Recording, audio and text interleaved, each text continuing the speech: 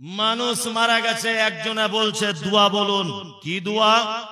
মিনহা খালাকনাকুম ওয়া ফিহা নুঈদুকুম ওয়া মিনহা নুখরিজুকুম তারাতান উখরা। এই দোয়াটা বলে মাটি দেন সবাই।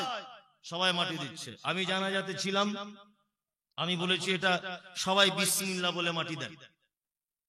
বিসমিল্লাহ বলে, মিনহা খালাকনাকুম বলতে হবে না, বিসমিল্লাহ বলে মাটি দেন। তখন একজন এসে আমাকে ধমকি দিয়ে বলছে, তুমি কয় পাতা পড়া মৌলভী সাহেব, তুমি বুঝো কিছু? মিনহা খালাকনাকুম বলে মাটি দিলে অসুবিধা কোথায়? আমি বললাম আচ্ছা, তাহলে মিনহা খালাকনাকুম বলে মাটি দিতে হবে তুমি কি করে বুঝলে? বলছে আমি বুঝলাম এটা তো কোরআনের আয়াত। কোরআনের আয়াত বলি যে এখানে বলতে হবে, তোমাকে এটা কে বলবে? বলছে কোরআনের আয়াত বললে ক্ষতি। আচ্ছা বলুন তো, কোরআনের আয়াত বলি কি সব জায়গায় বলা যাবে? না। রুকুতে গিয়ে কি বলতে হয়? সুবহানা রাব্বিয়াল আযীম, তাই না? পবিত্র আল কোরআনে একটা ছোট্ট সূরা আছে, এই সূরাটা যদি কেউ 3 বার তেলাওয়াত করে, একবার কোরআন মাজিদ খতম করলে যত নেকি তত নেকি হয়। কোন সূরা? ইখলাস। আমি যদি রুকুতে গিয়ে বলি কুল হুয়াল্লাহু আহাদ আল্লাহুস সামাদ লাম ইয়ালিদ ওয়া লাম ইউলাদ ওয়া লাম ইয়াকুল লাহু কুফুয়ান আহাদ, নামাজ হবে? কেন হবে না? ওটা তো কোরআনের আয়াত, হবে না কেন? তার মানে বোঝা যায় এই জায়গাটা আল্লাহ রাসূল এইটা বলতে বলেন নি। মিনহা খালাকনাকুম এটা কোরআনের আয়াত, এই কথা চূড়ান্ত। কিন্তু মাটি দেওয়ার সময়তেই যে বলতে হবে এটা, এইটা আল্লাহ রাসূলের থেকে সহিহ সূত্রে প্রমাণ পাওয়া যায় না। কি বললাম বুঝলেন? খুব সাবধান। বর্তমানে ভ্রান্ত আমলে সমাজ একদম ভর্তি। আল্লাহ বলেছেন আমল করো, উত্তম আমল। কোন কোম্পানি যখন তার পানির প্রোডাক্টে লিখে দিয়েছে, এক বোতল পানি কিনলেন, পানির গায়ে, বোতলের গায়ে লেখা আছে কি? লেখা আছে 100% খাঁটি। ও লিখলো কেন? তার মানে বুঝে নিতে হবে অন্য পানিতে ভেজাল ধরা পড়েছে। কি বললাম বুঝলেন? আপনি মাদার ডেয়ারি দুধ কিনলেন 1 কেজি, দুধের গায়ে লেখা আছে 100% গাভীর দুধ, তার মানে বুঝে নিতে হবে ও লিখেছে কেন? অন্য কোম্পানির দুধে ধরা পড়েছে তাই, তাই না? তা আল্লাহ বলেছে আহসানু আমালা, উত্তম আমল করো। তার মানে আল্লাহ সুবহানাহু ওয়া তাআলা এই কথা আগে থেকেই জানেন যে মানুষও কিছু আমল তৈরি করবে, আর করছেও। তাই করছে না? করছে। ছোট্ট একটা আমলের কথা আপনাকে আমি বলে দিই, এইটা না বললে যে আমার মন তৃপ্তি হচ্ছে না যে মানুষের তৈরি। বলবো? হ্যাঁ বলি। বলে আপনাকে বোঝাতে চাইছি, দেখুন আমি কারোর বিরুদ্ধে বলছি না। এক, বর্তমান বাজারে শবে বারাত বলে একটা অনুষ্ঠান আমাদের মাঝে অনুষ্ঠিত হয়, হয় না? শবে বারাত। একজন মহিলা, আপনাদের দিকে হয় না, আমাদের দিকে হয়, একজন মহিলা শবে বরাতের 15ই শাবানে সিয়াম পালন করছে আর বাড়িতে হালুয়া করছে। জিজ্ঞাসা করে বলছি, খালা তুমি আজকে হালুয়া করলে কেন? বলছে তুমি নবীর দুশমন, তুমি তো সে মমতাজুল লামোজাবি, তুমি সে হাত ঝাড়া তো রফল ইয়াদাইন করো, তুমি তো পাক্কা নবীর দুশমন, তুমি কি বুঝবে? কেন খালা তুমি আজকে হালুয়া করলে কেন? বলছে হালুয়া করছি এই কারণে, তুমি জানো না আজকে নবীর দাঁত ভেঙে দিয়েছিল, নবীজি গোস্ত শক্ত জিনিস খেতে পারেনি, ওই জন্য হালুয়া করে দিয়েছি।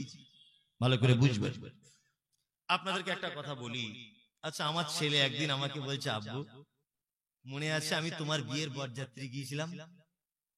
আচ্ছা বলুন তো এই কথাটা চলে মার্কেটে? আমি ওর মাকে বিয়ে করবো, তারপর তো পেটে আসবে। হ্যাঁ কি বলছি বুঝতে পারছেন না? হ্যাঁ, আমি ওকে বিয়ে করব তারপর তো ও পেটে আসবে। তাহলে আমার ছেলে যদি এটা বলে, আব্বু তোমার বিয়ের বরযাত্রী খেয়েছিলাম, চাটনিটা এত স্বাদ, এ কথা একেবারে মিথ্যা। মিথ্যা না? মিথ্যা।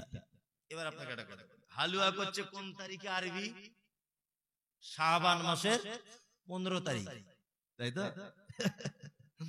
মানুষকে এগুলো বোঝেও না। আমি শুধু বলি যে 2024 সালে মানুষকে এগুলো গবেষণাও করে না।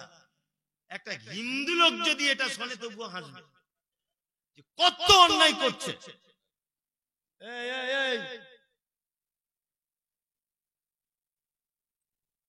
হিন্দু লোক যদি শোনে তবুও জিভ কাটবে, হাসবে, লজ্জা করবে। কেমন?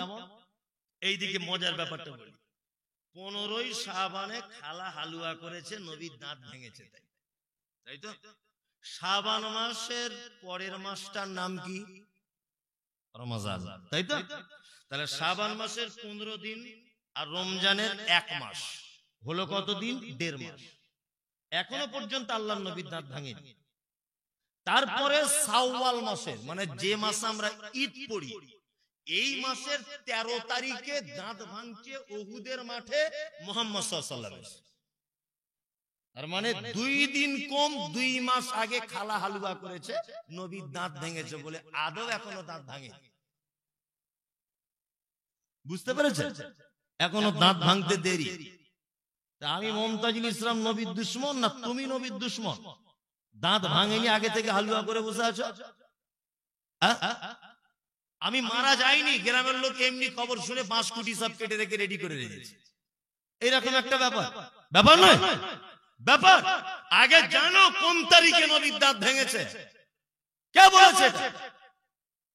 আল্লাহ নবী সাল্লাল্লাহু আলাইহি ওয়াসাল্লামের দাঁত ভাঙার 2 মাস আগে তুমি হালুয়া করে বসে আছো, কেমন কথা? আল্লাহু আকবার। দাঁত ওই ভাঙছে, মানে ও চাইছে যাতে নবীর দাঁত ভাঙুক, আগে থেকে হালুয়া করে বসে আছে। কত বড় বদমাশ! আল্লাহু আকবার, আল্লাহু আকবার। এইবার একটা কথা বলি, আমল করার আগে 2টা জিনিস মাথায় নিয়ে আমল করতে হবে। কটা জিনিস? 2টা। এক, আমল করার আগে বেদাত বুঝতে হবে। বেদাত কাকে বলে? কি বললাম বুঝলেন? বেদাত কাকে বলে এটা বুঝতে হবে। এবার আপনাকে বেদাত বোঝাতে গিয়ে আমি একটা যুক্তি পেশ করছি, দেখুন এটা বুঝতে আপনার সুবিধা হবে। এক, আমি একজন কাপড়ের ফ্যাক্টরির মালিক, এই লোক আমার কাজ করে না, উনি আলেম মানুষ, ওনাকে দিয়ে বলবো না। এই ছেলেটাকে, এই ছেলেটা আমার কাজ করে। কি বললাম বুঝলেন? কাজ কি? আমাদের 24 পরগনা হাওড়া হুগলিতে মেয়েরা ওই কাঁথার উপরে সেলাই করে ফুলের ডিজাইন করে। আপনাদের এখানে করে? কম করে, আমাদের ওখানে বেশি। যাই হোক, এখানকার মেয়েরা বা মুর্শিদাবাদের মেয়েরা বিড়ি টিড়ি বাঁধে, আর আমাদের ওখানকার মেয়েরা কাম সেলাই করে, কাঁথা সেলাই করে। যাই হোক, তা আমি এই ছেলেটাকে বললাম যে তোকে 10টা কাপড় দিচ্ছি, চারিদিকে গোলাপ ফুলের ছবি এঁকে, গোলাপ ফুল, আর তুই এঁকে সেলাই করে কমপ্লিট করে আনবি, তোকে প্রত্যেক কাপড় পিছু আমি 200 করে টাকা দেব। ও কাপড়গুলো নিয়ে বাড়ি গেছে, বাড়ি গিয়ে দেখছে ঘোড়ার ডিম, গোলাপ ফুল না করে যদি টগর ফুল করে দিই তা দেখতে আরো ভালো লাগবে, টগর ফুল করে নিয়ে এসেছে। আমি কাপড়টা খুলে দেখছি, কি ব্যাপার, গোলাপ ফুল বলেছিলাম, টগর ফুল দেখতে পাচ্ছি। তখন ও বলছে এইটা বেশি ভালো লাগছিল। আচ্ছা বলুন তো, ওর ভালো লাগায় টগর ফুল ও করেছে, ওর ভালো লাগাটা কি আমার মনে শান্তি পাবে? পাবে? পাবে না। 2, ও যদি গোলাপ ফুলের জায়গায় টগর ফুল যদি করে আনে, তাহলে বলুন তো দেখি ও 200 টাকা করে পাবে না 200 টাকা ওকে জরিমানা দেওয়া লাগবে? কোনটা? জরিমানা দেওয়া লাগবে, তাই না? এইবার আল্লাহ তাআলা কি বলছেন দেখুন। আল্লাহ তাআলা বলছেন, মামা আতাকুমুর রাসূল ফাখুযুহু ওমা নাহাকুম আনহু ফান্তাহু। আমার নবী যেটা দেয় সেটা গ্রহণ করো, আমার নবী যেটা নিষেধ করে সেটা থেকে দূরে থাকো। আপনাদেরকে একটা মজার কথা বলি, এর নাম বেদাত। বেদাত হচ্ছে সেটা ইসলামে নাই, হাদিসে নাই, কোরআনে নাই, নেকির উদ্দেশ্যে মানুষ করে, আমল মনে করে, তার নাম বেদাত। কি বললাম বুঝলেন? নেকির উদ্দেশ্যে করে, আমল মনে করে, তার নাম বিদআত। বিদআত কত ভয়ঙ্কর! কুল্লু বিদআতিন যালালা ওয়া কুল্লু যালালাতিন ফিন্নার। প্রত্যেকটা বিদআত ভ্রষ্ট, আর প্রত্যেক ভ্রষ্টতাকারী থাকার জায়গা ফি মধ্যে, নার মানে আগুন।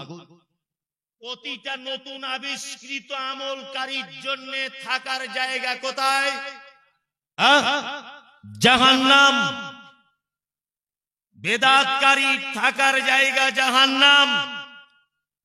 আল্লাহ তাআলা বলছেন, আমার নবী যেটা দেয় সেটা গ্রহণ করো, নবী যেটা নিষেধ করে তার থেকে দূরে থাকো। আপনাকে ছোট্ট ছোট্ট করে কয়েকটা কথা বলি। এক, পায়ের চামড়া, লোহা যদি আপনি প্রতিদিন ব্যবহার করেন লোহা ক্ষয় হয়। মেয়েরা যে কলে পাথরের উপরে কলসি রেখে পানি ভর্তি করে ওই পাথরও দেখবেন ক্ষয় হয়, হয় না? হয়। তা আপনি যে পা দিয়ে 24 ঘন্টা চলছেন আজকে 60 বছর, ওই পায়ের তলাটা ক্ষয়ে কোনোদিন রক্ত বার হয়ে গেল না? দিনের বেলাতে যতটা ক্ষয় হয় আমার আল্লাহ রাতের বেলা ততটা পূরণ করে দেন। আবার বান্দা দিনের বেলা চলাফেরা করবে, যতটা ক্ষয় হবে আবার রাতের বেলা তত কি পূরণ হয়ে যাবে। শুধু দেহর সিস্টেমটা দেখুন, বেদাত বোঝাতে গিয়ে আপনাকে বলছি। এক, এই যে চোখের এই বুরুটা, এইটা তো নিচের দিকে দিতে পারতেন, এটা উপরে দেওয়ার কারণ কি? কারণ হচ্ছে এই যে উপর থেকে ঘাম ঝরে আসবে কপাল দিক দিয়ে, ও এইটা ভেদ করে যাতে মনির ভিতরে প্রবেশ করতে না পারে চোখটাকে গাঢ় করা হয়েছে। কি বললাম বুঝলেন? একটা বৈজ্ঞানিক তথ্য আপনাকে বলছি, শুনতে খারাপ লাগলেও ঘটনা সত্য। মেয়ে এবং ছেলেদের বুকের স্থানে কালো দাগ থাকে। কেন থাকে? ওটা একটা বর্ডার। মা যখন ঘেমে যায় ব্লাউজ পরে থাকার কারণে মায়ের শরীরে যে ঘাম হয় তার বুকের স্থানের কালো দাগের বাইরে বাইরে ঘাম ঝরে পড়ে যায়, কালো দাগের ভিতরে ঢোকে না। কারণ কি? বাচ্চা দুধ পান করলে ঘামের ভিতরে থাকা জীবাণুই বাচ্চা আক্রান্ত হয়ে যেতে পারে। এটা আল্লাহ সুবহানাহু ওয়া তাআলা মানুষকে আকৃতিতে যে গঠন দিয়ে তৈরি করেছেন, এগুলো তার লজিক। এবার আপনাকে একটা কথা বলি। আচ্ছা বলুন তো, হাতে যে চামড়াগুলো দিয়েছেন প্রত্যেকটায় দাগ আছে, 4টে করে, আছে না নেই? আছে। কেন? আল্লাহ জানে বান্দা দুনিয়াতে যাওয়ার পরে তাসবিহ করবে, সুবহানাল্লাহ সুবহানাল্লাহ সুবহানাল্লাহ সুবহানাল্লাহ, আল্লাহু আকবার, আস্তাগফিরুল্লাহ আস্তাগফিরুল্লাহ আস্তাগফিরুল্লাহ। এটা একটা পদ্ধতি। কি বললাম বুঝলেন? আল্লাহ তো দাগ নাও দিতে পারতেন, দিলেন কেন? কেন? বান্দা আসবে এখান থেকে তাসবিহ করবে। আল্লাহ পবিত্র কোরআনে কি বলছেন? কিয়ামতের দিন আঙ্গুল কথা বলবে, হাত কথা বলবে, পা কথা বলবে, মুখ সেদিন বন্ধ থাকবে, চোখ সেদিন কথা বলবে, সারা অঙ্গ প্রত্যঙ্গ সেদিন কথা বলবে। তাহলে তাসবিহ করার জন্য আল্লাহ এই সিস্টেম তৈরি করেছেন, তাই না? কিন্তু আমরা সুবিধার জন্য ওইটাকে আবার কেউ কেউ অটোমেটিক তাসবিহ কিনে নাম করছি, কেউ কাঠের বিভিন্ন ডিজাইনের তাসবিহ, কেউ আবার আপনার লাইটিং তাসবিহ ব্যবহার করছে, নিয়ে গুনছে। গুনছে কি গুনছে না? গুনছে। আমি শুধু জোর দিয়ে এইটা বলেছি, তাসবিহ হাতে গুনতে হবে, এটাই সুন্নাত। কাঠ দিয়ে তাসবিহ করা বেদাত, চলবে না। কারণ তাসবিহ একটা আমল, আমলে কোনোদিন পরিবর্তন করা রাইট আপনার নাই। আমলে পরিবর্তন করার রাইট আপনার নাই। কারণ মুহাম্মদ সাল্লাল্লাহু আলাইহি ওয়াসাল্লাম বলেছেন, কি বলেছেন? আল্লাহ বলছেন যে পবিত্র আল কোরআনে, আল ইয়াউমা আকমালতু লাকুম দীনাকুম ওয়া আতমামতু আলাইকুম নি'মাতি ওয়া রাদিতু লাকুমুল ইসলাম দীনা। আমি আজকে থেকে মুহাম্মদ সাল্লাল্লাহু আলাইহি ওয়াসাল্লামকে দিয়ে ইসলামটাকে পরিপূর্ণ করে দিয়েছি। এর ভিতরে নতুন কিছু ঢোকানো যাবে না, কেটে বার করাও যাবে না। মুহাম্মদ সাল্লাল্লাহু আলাইহি ওয়াসাল্লামের যুগে কাঠের তাসবিহ ছিল না, প্লাস্টিকের তাসবিহ ছিল না। এটা একটা আমল তাসবিহ করা। তুমি কেন প্লাস্টিকের তাসবিহ ঢোকাতে গেলে? কে তোমাকে ঢোকাতে বললো? এটা বেদাত। আমি আপনাকে বলছি, বাজার থেকে 10 টাকা কেজি বেগুন কিনলে 4 বার দেখতে হয় পোকা আছে কিনা। 500 টাকার নোট আপনার হাতে দিলে 4 বার লাইটে দেখেন টাকাটা জাল কিনা। আপনি যে আমল করে জান্নাত যেতে চাইছেন, সে আমলটা একবার দেখতে হবে না যে এই আমলটা মুহাম্মদ সাল্লাল্লাহু আলাইহি ওয়াসাল্লাম করেছিলেন কিনা? দেখা লাগবে কি লাগবে না? লাগবে। আমি বলছি মুহাম্মদ সাল্লাল্লাহু আলাইহি ওয়াসাল্লাম বলেছে, আর ও বলছে বড় হুজুর বলেছে। বারবার বলছি আমি, যে এই কথা বলেছে মুহাম্মদ সাল্লাল্লাহু আলাইহি ওয়াসাল্লাম, ও বলেছে বড় হুজুর। তা বড় হুজুরের চলবে না মুহাম্মদ সাল্লাল্লাহু আলাইহি ওয়াসাল্লামের চলবে? মুহাম্মদ সাল্লাল্লাহু আলাইহি ওয়াসাল্লামের চলবে। কিন্তু এইখানে একটা ব্যাপার হচ্ছে, এই আসলে ছোট থেকে যারা অন্যায় করে এসেছে, বড় হয়ে গেলে শাসন করলে আর ঠিক করা যায় না। ওই জন্য মুখে একটাই ভাষা, আমার বাপ দাদা 14 পুরুষ কি ভুল করে এসেছে, বলতে যাবে না, এটা বলবে আমার বাপ দাদা 14 পুরুষ কি ভুল করে এসেছে, তার মানে ছোটবেলাতে তবু ওকে ঠিক করা যেত, বড় হয়েছে ওকে আর ঠিক করা যাবে না। এদের অবস্থা কেমন জানেন? ছোট্ট করে একটা কথা বলবো। আমি একটা গল্প আপনাদেরকে বলি 1 মিনিটের জন্য, এতে একটা শিক্ষা রয়েছে। এদের অবস্থা কেমন? বক্তব্য দিতে এসে আর কিছু খুঁজে পায় না। মমতাজুলের জন্মের ঠিক নেই, ইয়াসিনের জন্মের ঠিক নেই, বেরাদার রাহুল না সিস্টার রাহুল, ওদের কারোর জন্মের ঠিক নেই। এই শুধু বক্তব্য বক্তব্য মোবাইলে শুনতে পান না? আসলে এদের জ্বালা ধরেছে কেন জানেন? একটা জায়গায়। আর এদের অবস্থা পাগল হয়ে গেছে কেন জানেন? একটা মাত্র কারণে সব পাগল হয়ে ঘুরছে। কারণ হচ্ছে এই, একটা মেথরওয়ালা সারাদিন পায়খানা পরিষ্কার করে রাস্তা দিয়ে আসার সময় একটা গাছের ছায়াতে বসে আছে। এটা আমি অনেক সব জায়গাতে বলি। এখন মেথরওয়ালা সে ঝাড়ু বালতি নিয়ে বসে আছে গাছের তলায়, অনেক কষ্ট হয়েছে তো, চৈত্র মাসের রোদ্দুরের দিন। এখন একটা আতরওয়ালা ফেরি করছিল আতর নিয়ে, সেও গিয়ে এখন মেথরের পাশে গিয়ে বসেছে, বুঝলেন? এখন আতরওয়ালা তো কি ব্যাপার, বন্ধ বাড়ছে। ও তখন জিজ্ঞাসা করছে, ভাই তুমি কি করো? বলছে আমি লজ্জার কথা বলবেন না, আমি পায়খানা পরিষ্কার করি, মেথর। আচ্ছা আচ্ছা ভাই তুমি কিছু মনে করো না, তোমার গা দিয়ে গন্ধ বার হচ্ছে। তো বলছে ভাই আপনি তো বসলেন আমার পাশে, আমি তো আপনাকে বলিনি। বলছে না, আর তো গাছতলা পাচ্ছি না, ছায়াতে বসবো ওই জন্য বসেছি। তা ঠিক আছে, দুজনাই যখন কাজ করি খাই আর দুজনে যখন পাশাপাশি বসতে হয়েছে ছায়া বলে, তা ঠিক আছে আমি একটু জান্নাতুল ফেরদাউস আপনার গায়ে মেরে দিই। বাক্স থেকে আতরওয়ালা একটা জান্নাতুল ফেরদাউস বার করে ওই মেথরওয়ালার গায়ে দিয়ে দিয়েছে। মেথরওয়ালার গায়ে দেওয়ার পরে ছটপট ছটপট ছটপট করতে করতে অজ্ঞান হয়ে পড়ে গেছে। আতরওয়ালা তো খুব টেনশনে পড়ে গেছে, কি ব্যাপার? তো মহা মুশকিল, মহা মুশকিল। লোকটা এতক্ষণ ছিল বলে এখন আতর দেওয়ার পরে কেন ছটপট করে, কি ব্যাপার? ও তখন ওকে তুলে টোটো গাড়ি করে মালদার হাসপাতালে নিয়ে গেছে। ভয় করছে যে আমার দোষ হয়ে যাবে কিনা। ডাক্তার বাবু দেখে বলছে কি হয়েছে?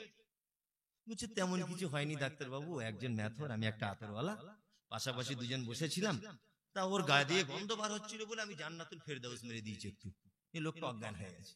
বলছে আচ্ছা তাই। নিয়ে ডাক্তার তো জ্ঞানী মানুষ, ও তখন বলছে এক কাজ করো ভাই, এর কোনো ওষুধে কাজ হয় না।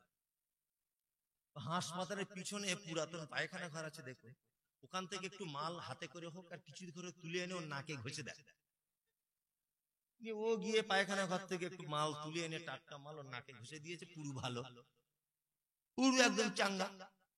তখন মেথর তখন আতরওয়ালা বলছে ডাক্তার বাবু এটা আপনি কি করে বুঝলেন, কি করে বুঝলেন? তখন বলছে আরে পাগল, ও ছোট থেকে মানুষের পায়খানা সেন্ট গন্ধ শুকে শুকে ওর আজকে 60 বছর বয়স, আর তুই যদি হঠাৎ করে বাবা ওকে জান্নাতুল ফেরদাউস মারিস, ও সহ্য করতে পারে? সারা জীবন বেদাত করে করে করে করে মাথা দমদম এয়ারপোর্টের মতো হয়ে গেছে। এখন যদি ওকে আপনি একটা সহিহ হাদিস বলেন, ও সহ্য করতে পারবে? পারবে?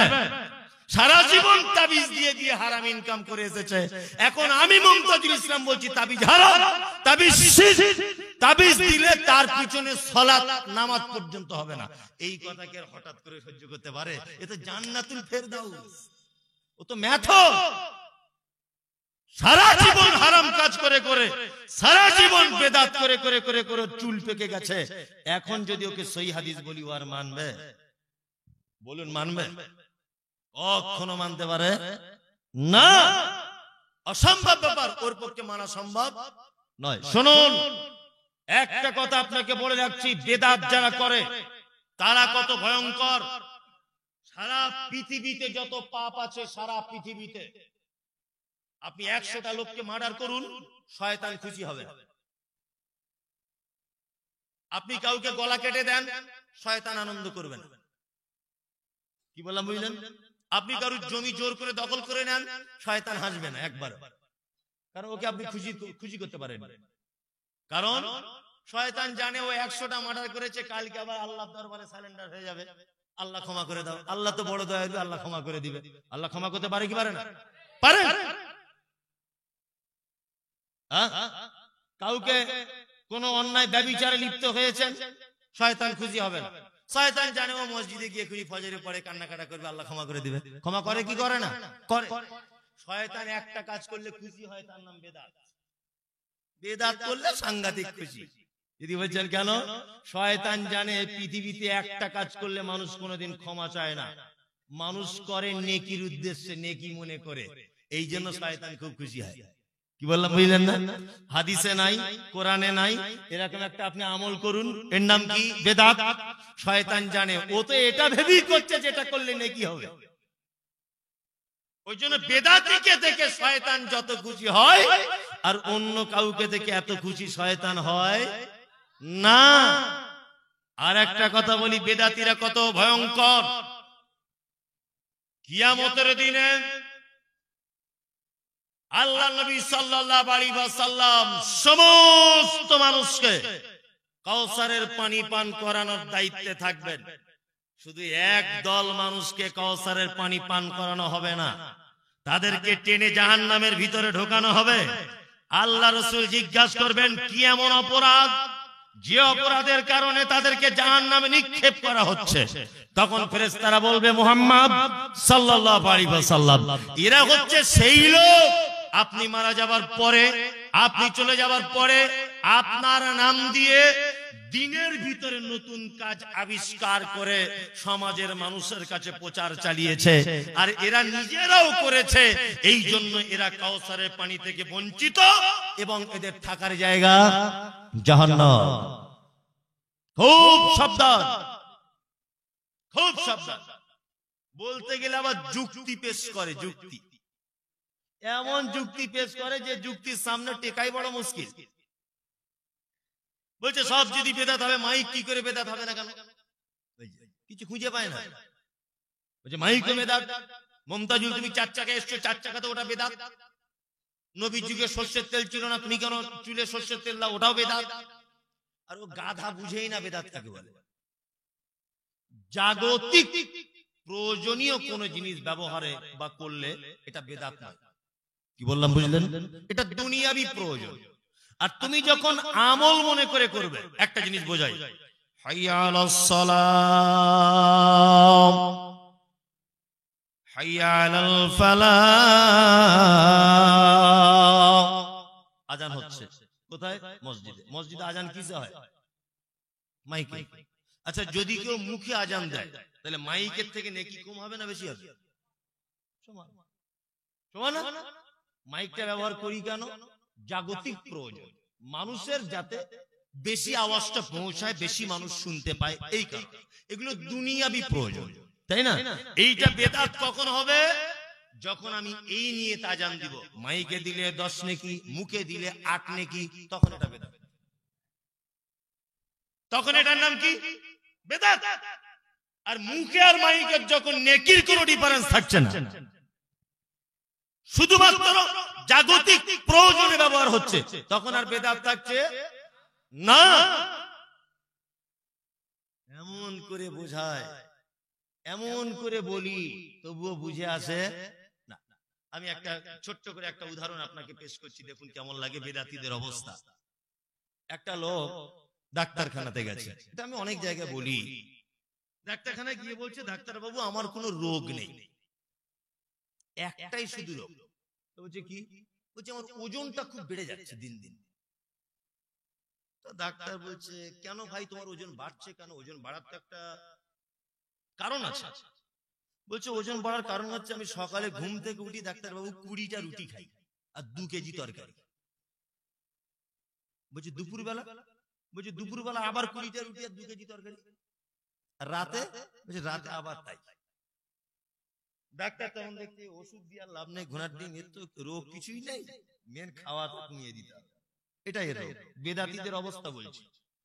নিয়ে ডাক্তার প্রেসক্রিপশন করেছে ইংলিশে, 800 টাকা ফি নিয়ে নিয়েছে। ও তো গ্রামের লোক ইংরেজি বুঝে না। ফার্মেসিতে গেছে, ফার্মেসিওয়ালাকে দেখিয়েছে, দেখিয়ে বলছে ভাই দেখুন তো আমার এতে কি লেখা। বলছে ভাই আপনার এতে কোনো ঔষধ লেখা নেই, 3টে জিনিস এখানে লেখা আছে। এক, সকালে 10টা রুটি 1 কেজি তরকারি। দুপুরে 10টা রুটি 1 কেজি তরকারি, আর রাতে 10টা রুটি 1 কেজি তরকারি। আর 4 নম্বরে লেখা আছে 1 মাস পরে আবার নির্দিষ্ট সময়ে ডাক্তারের চেম্বারে যেতে বলেছে, হাতে 800 টাকা নিয়ে। লোকটা তো রেগে একেবারে বম, 800 টাকা দিয়ে কোনো ওষুধ দিল না, ডাক্তার না কি রে। লোকটা কিন্তু খেতো কটা করে রুটি বললাম, 20টা, ডাক্তার লিখেছে কটা, 10টা। এখন লোকটা 1 মাস পরে গিয়েছে, ডাক্তার প্রথমে দেখি বলছে পাল্লায় উঠে ওজন করব। পাল্লায় উঠে দেখছে গত মাসে ছিল 1 কুইন্টাল, আর এই মাসে হয়েছে 1 কুইন্টাল 5 কেজি। রুগীর তো মাথা আরো খারাপ, শালা ডাক্তার কত বদমাইশ রে, 800 টাকা করে 2 বা 1600 টাকা ঝেড়ে দিল, আরো 5 কিলো বাড়িয়ে দিল। ডাক্তার দেখছে এরকম তো হওয়ার কথা নয়। 60টা রুটি খেতো সারাদিন আর 6 কেজি তরকারি, সেখানে কমিয়ে 30টা রুটি আর 3 কেজি তরকারি, অন্তত 2-4 কেজি তো কমবে। ভালো, ডাক্তার আবার প্রেসক্রিপশন করেছে। কি প্রেসক্রিপশন? সকালে 5টা, দুপুরে 5টা, রাতে 5টা। 1 মাস পরে এসো, আবার 1 মাস পরে এই পদ্ধতি মেনটেন করে গেছে, গিয়ে দেখছে এই মাসে ওজন করে 1 কুইন্টাল 10 কেজি। তো রুগী বিরক্ত হয়ে ডাক্তারকে বলছে, শালা ডাক্তার তুই বাইরে বার হয় একবার, তো চাম ছিলে দেবো, কোথা থেকে পাস করেছিস বলতো? আমার 3 বারে 2400 টাকা চলে গেল। ডাক্তারি করছো না, ফচকেমু করছো তুমি, বদমাইশ করে গেলে আমার ফিটি সব ফেরত দিয়ে দাও। খুব গালাগালি করছে ডাক্তার, মূর্খ লোক তো। ডাক্তার শিক্ষিত মানুষ, মান সম্মানে পড়ে গেছে। ডাক্তার তখন জিজ্ঞেস করছে, ভাই আচ্ছা আমি একটা কথা বলবো, রাগ করবে না? বলছে বলুন। বলছে আমি যে প্রেসক্রিপশন করেছি এতে তো ওজন কমার কথা, কমতে বাধ্য, তবু আপনার ওজন বাড়ছে কেন? আচ্ছা আমি একটা কথা জানতে পারি? বলছে কি? আমি বলছি ওই রুটিটা ভাই কেমন করে তৈরি করছেন বলুন তো। তখন রুগী বলছে 60টা রুটি করতে যতটা ময়দা লাগতো অতটা ময়দা এখন 15টা করি। আচ্ছা বলুন তো কিয়ামত পর্যন্ত রোগ ভালো হলো? মানে ও পিসে কমিয়ে দিয়েছে কিন্তু ময়দাতে কমায়নি। জীবনে কোনোদিন ওর রোগ ভালো হবে? ভালো হবে না। বেদাতীদের অবস্থা ঠিক এই রকম, ঠিক এই রকম। আমি কোন এক জায়গাতে বলে দিয়েছি যে জিলাপি খাওয়া জায়েজ, জায়েজ না? জায়েজ। কিন্তু এই জিলাপিটাই যদি মরা মানুষের কোন মাজারে গিয়ে মানত করে দেওয়া হয়, ওই জিলাপি খাওয়া চলবে, তাই না? এতটুকু বলে দিয়েছি আমি বলে দিয়েছি ওকে এইটা বেদাত, এই পদ্ধতিতে তুমি ইসলামের উপরে দাঁড়িয়ে থাকো। ও তখন পদ্ধতি মোটামুটি মুসলিম, দাঁড়িয়ে রেখেছে, আমার মতো পাঞ্জাবি পরেছে, সব কিছু করেছে, কিন্তু হুজুর এখনো 40টাও ছাড়তে পারলো না, হুজুর এখনো তাবিজও ছাড়তে পারলো না, হুজুর কিছুই ছাড়তে পারলো না। মানে ও রুটি সংখ্যায় কমিয়েছে, পাঞ্জাবি বড় পড়েছে, মাথায় পাগড়িও বড় দিয়েছে, সবকিছু ঠিক আছে, কিন্তু পদ্ধতিগত ব্যাপারটা মানতে পারে নি। মুহাম্মদ সাল্লাল্লাহু আলাইহি ওয়াসাল্লাম এদের ব্যাপারে খুব হুঁশিয়ারি দিয়ে বলেছেন, কুল্লু বিদআতিন যালালাহ ওয়া কুল্লু দালালাতিন ফিন্নার। দিন নিয়ে যারা উল্টো পাল্টা করে, ইসলাম নিয়ে যারা উল্টো পাল্টা করে, আমলের ক্ষেত্রে যারা উল্টো পাল্টা করে, এদের থাকার জায়গা কোথায়? জাহান্নাম। আল্লাহ সুবহানাহু ওয়া তাআলা বলছেন, হায়াত মাউতকে তৈরি করেছি কেন?